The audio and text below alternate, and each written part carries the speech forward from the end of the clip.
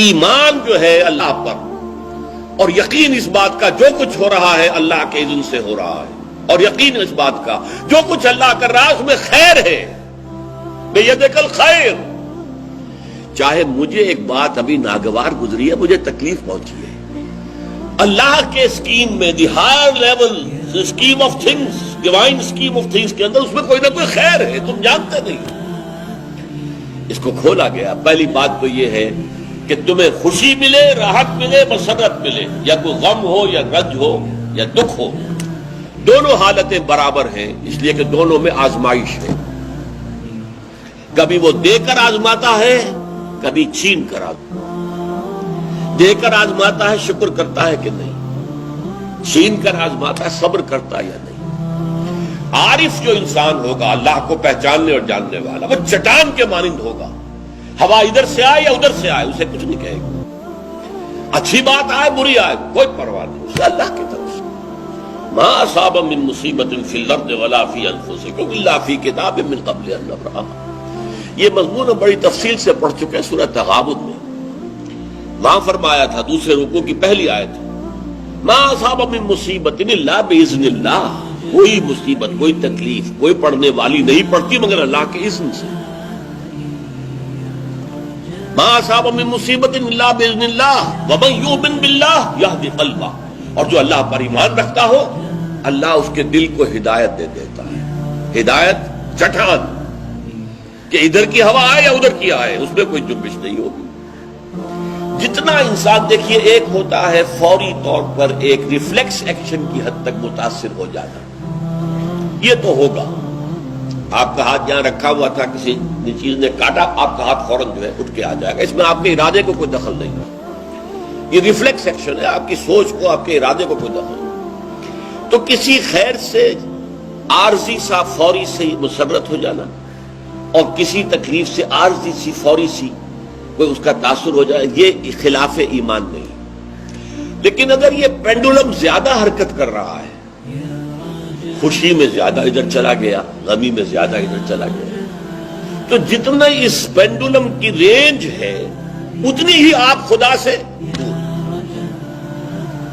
اصل تو وہ چٹان ہوگی کہ جو بالکل متاثر، لیکن یہ کہ فوری سا تاثر یہ قابل معافی ہے، لیکن یہ زیادہ ادھر سے ادھر، ادھر سے ادھر، خوشی ہو گئی تو اترا رہے ہیں، پھولے نہیں سما رہے، پاؤں زمین پر نہیں پڑ رہے، اور اگر غم آ گیا ہے تو بالکل مایوس ہو کر بیٹھ گئے ہیں جھاگ کی طرح، کمر ہمت ٹوٹ گئی ہے، واویلا ہے، شیون ہے، فریاد ہے، ہاں اے فلک پیر جواں تھا ابھی عارف، کیا تیرا بگڑتا جو نہ مرتا کوئی دن اور، یہ فلک ناہنجار، یہ فلک کج رفتار، اس نے ہم پہ کیا کر دیا۔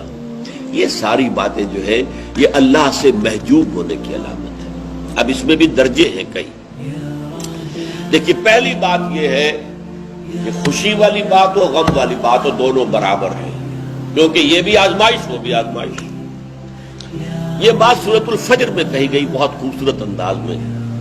اللہ تعالیٰ نے انسان کی تھڑ دلے پن کی شکایت کرتے ہوئے، شکوہ کرتے ہوئے کہا فَأَمَّا الْإِنسَانُ إِذَا مَا ابْتَلَاهُ رَبُّهُ فَأَكْرَمَهُ وَنَعَمَهُ فَيَقُولُ رَبِّي أَكْرَمَنِ۔ اس انسان کا حال عجیب ہے، جب اس کا رب اسے آزماتا ہے اور عزت دیتا ہے، نعمتیں دیتا ہے، تو کہتا ہے میرے رب نے مجھے بڑی عزت دے دی۔ وَأَمَّا إِذَا مَا ابْتَلَاهُ فَقَدَرَ عَلَيْهِ رِزْقَهُ، اور جب اللہ آزماتا ہے اسے اور اس کی روزی تنگ کر دیتا ہے، فَيَقُولُ رَبِّي أَهَانَنِ، یہ کہتا ہے رب نے مجھے ذلیل کر دیا۔ کلا، ہرگز نہیں۔ اب یہاں دیکھیے، سوچئے اس نے کیا غلط بات کہی۔ عزت دی تو اللہ نے دی اور ذلت آئی تو اللہ کی طرف منسوب کر رہا، اس نے کسی بت، کسی دیوی، کسی دیوتا کا ذکر تو نہیں کیا نا، وہ مشرک تو نہیں ہے، پھر کیوں اس پہ تنقید کیوں ہو رہی ہے؟ فَأَمَّا الْإِنسَانُ إِذَا مَا ابْتَلَاهُ رَبُّهُ فَأَكْرَمَهُ وَنَعَمَهُ فَيَقُولُ رَبِّي أَكْرَمَنِ وَأَمَّا إِذَا مَا ابْتَلَاهُ فَقَدَرَ عَلَيْهِ رِزْقَهُ فَيَقُولُ رَبِّي أَهَانَنِ۔ کلا، کیا مطلب؟ یہ دونوں ابتلاءات ہیں، وہ بھی ابتلا ہے، یہ بھی ابتلا ہے، وہ چھین کر بھی آزما رہا ہے، دے کر بھی آزما رہا ہے، یہ تو آزمائش ہے، دونوں برابر ہیں۔ لیکن اس سے اگلا مرحلہ اور ہے۔ عام طور پر ہم یہ سمجھتے ہیں کہ تکلیف والی آزمائش سخت ہے اور خوشی اور مسرت اور نعمتوں والی آزمائش جو ہے یہ ہلکی آزمائش ہے، آسان ہے۔ معاملہ اس کے برعکس ہے۔ تکلیف میں ہوں گے اللہ کو یاد کریں گے، پکاریں گے، دعائیں کریں گے، اور اگر نعمتیں ہوں گی غافل ہو جائیں گے، بھول جائیں گے۔ کون سا امتحان زیادہ سخت ہوا نتیجے کے اعتبار سے؟ تکلیف والا امتحان زیادہ سخت نہیں ہے۔ مسرت، کثرت ہر شے کی، یہ چیز زیادہ نقصان دہ ہے، زیادہ بڑا امتحان ہے۔ اسی لیے خلق قرآن کے مسئلے پر جب وہ مار ماری گئی تھی امام احمد ابن حنبل رحمۃ اللہ علیہ کو، کہ جس کے بارے میں کہا جاتا ہے کہ اگر وہ مار کسی ہاتھی کو ماری جاتی تو وہ بھی چیخ اٹھتی، اس وقت ان کی آنکھوں میں کبھی آنسو نہیں آئے۔ پھر جب حکومت بدل گئی اور اب دارالخلافہ جو ہے اس میں وہ شخص متمکن ہے کہ جس کا نظریہ وہ خلق قرآن والا نہیں ہے، اب خلیفہ ایک آدمی کو بھیجتا ہے اشرفیوں کی تھیلی دے کر، یہ ہدیہ ہے، یہ نذرانہ ہے، جا کر احمد ابن حنبل کو دے آؤ۔ جب اس نے آ کے پیش کیا، رو پڑے، اے اللہ میں اس آزمائش کے قابل نہیں، یہ آزمائش سخت ہے۔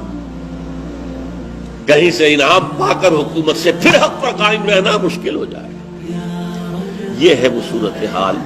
ما اصاب من مصیبت فی الارض ولا فی انفسکم الا فی کتاب من قبل ان نبرأها ان ذلک علی اللہ یسیر لکی لا تأسوا علی ما فاتکم ولا تفرحوا بما آتاکم واللہ لا يحب كل مختال فخور۔ اور اللہ تعالیٰ کو شیخی خورے، فخر کرنے والے، اکڑنے والے بالکل پسند نہیں۔ الذین یبخلون ویامرون الناس بالبخل، جو اس حجاب میں آ جاتے ہیں وہ بخل کریں گے۔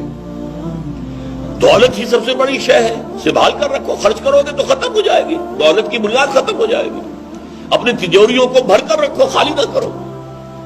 اور جو شخص خود بخل کرتا ہے وہ دوسروں کو بھی بخل کا مشورہ دیتا ہے تاکہ اس کے اپنی بخیلی پر بھی پردہ پڑا رہے۔ بھائی کیا کر رہے ہو تم نے؟ دونوں ہاتھ کھلے چھوڑ دیے ہیں، تمہیں کوئی فکر نہیں ہے، تمہاری اولاد ہے، اس کے ضرورت تقاضے ہوں گے، تمہاری بچیاں ہیں، ان کے ہاتھ گیلے کرنے ہوں گے، کیا تم نے سوچا ہوا ہے؟ وہ مشورہ بھی بخل کا دیں گے تاکہ ان کے اپنے بخل کے اوپر بھی پردہ پڑا رہے۔ یہ وہ کیفیت ہے کہ جو پھر محجوبیت کے اندر پیدا ہو۔